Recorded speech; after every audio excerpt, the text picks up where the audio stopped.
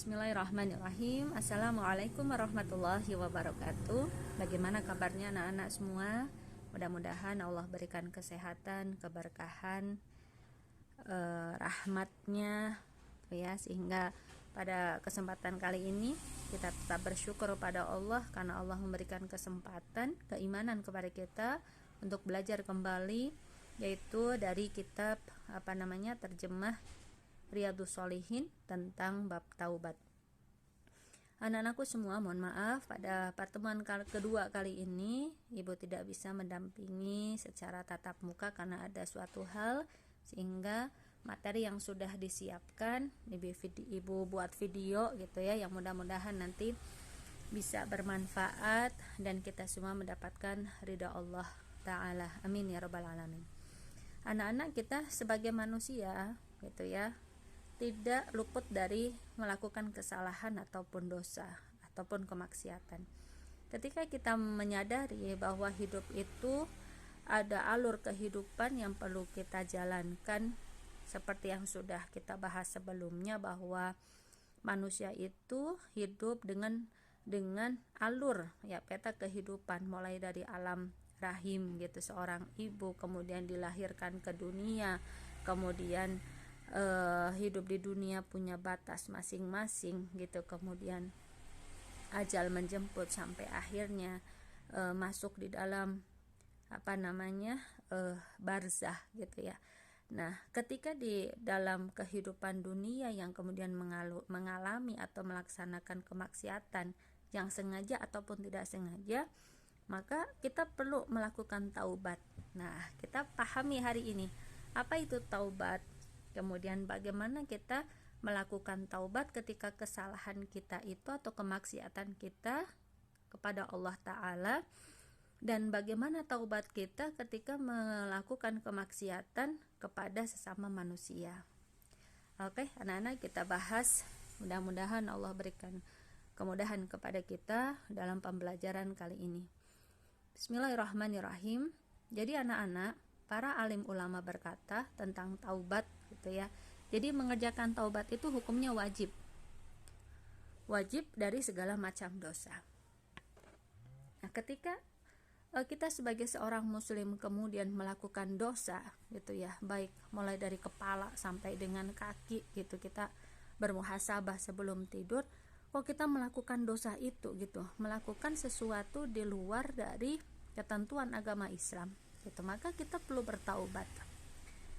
Nah, jika kemaksiatan itu terjadi antara seorang hamba kepada Allah Ta'ala saja, maka ketika itu tidak ada hubungan dengan hak seorang manusia yang lain, maka untuk bertaubat itu harus memenuhi 3 macam syarat.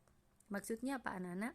Ketika kemaksiatan yang terjadi gitu antara seorang hamba kepada Allah Ta'ala saja gitu, berarti kemaksiatan itu kita lakukan kepada Allah gitu, maka ketika bertaubat itu harus memenuhi 3 macam syarat. Apa saja syaratnya? Syaratnya yang pertama adalah kita berhenti dari melakukan perbuatan dosa yang kita mau taubat itu. Kemudian yang kedua adalah kita perlu menyesali atas perbuatan yang telah kita lakukan. Dan yang ketiga, kita berniat tidak kembali lagi mengulang perbuatan maksiat itu untuk selama-lamanya. Nah, ketika terjadi hal gitu ya, kita sudah berusaha untuk menghentikan perbuatan dosa, kemudian kita sudah menyesali perbuatan dosa itu, sudah niat juga untuk tidak akan kembali mengulangi perbuatan maksiat itu, kemudian kita mengulangi lagi gitu. Apa yang perlu kita lakukan? Kita taubat lagi dengan memperbanyak istighfar kepada Allah sampai betul-betul perbuatan itu tidak kita lakukan lagi, maka itu sudah disebut dengan taubat. Kemudian kita lanjut. Nah, kalau kita bertobat dari kemaksiatan kepada manusia, itu apa saja gitu ya. Jadi kemaksiatan itu terjadi gitu karena ada hubungannya dengan sesama manusia. Misalnya kita menghibah gitu ya, atau kemudian kita melakukan kesalahan pada manusia gitu, Maka apa yang ketika kita sudah menyadari bahwa itu adalah salah, maka kita perlu bertaubat. Bagaimana caranya? Yang pertama adalah menghentikan perbuatan dosa. Satu contoh, ketika kita memahami bahwa yang namanya ghibah adalah perbuatan dosa, maka kita berhenti tidak menghibah lagi, gitu kan. Kemudian yang kedua, menyesali atas perbuatan itu, gitu. Jadi kita menyesal karena kita memahami bagaimana hukumannya bagi orang-orang yang menghibah saudaranya, gitu, sesama manusia. Dan yang ketiga itu supaya berniat tidak akan kembali mengulangi perbuatan maksiat itu untuk selama-lamanya. Jadi ada niat juga, niat untuk tidak melakukan hibah misalnya. Dan yang terakhir itu menyelesaikan urusannya itu kepada orang yang bersangkutan. Bagaimana caranya? Kita sampaikan, gitu. Kita sampaikan pada orangnya bahwa saya pernah menghibah atau saya pernah memfitnah, gitu ya. Memohon maaf gitu kepada orang yang telah dihibah ataupun difitnah. Nah, maka ada 4 hal gitu. Ada 4 hal ketika kita ingin bertaubat dari kemaksiatan kepada sesama manusia.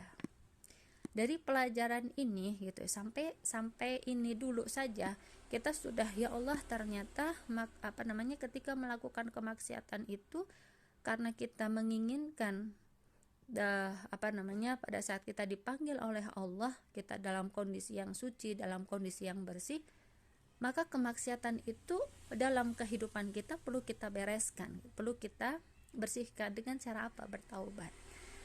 Maka kita sudah memahami ya bagaimana cara bertaubat kita ketika kemaksiatan itu kepada Allah dan ketika kemaksiatan kepada sesama manusia. Kita lanjut.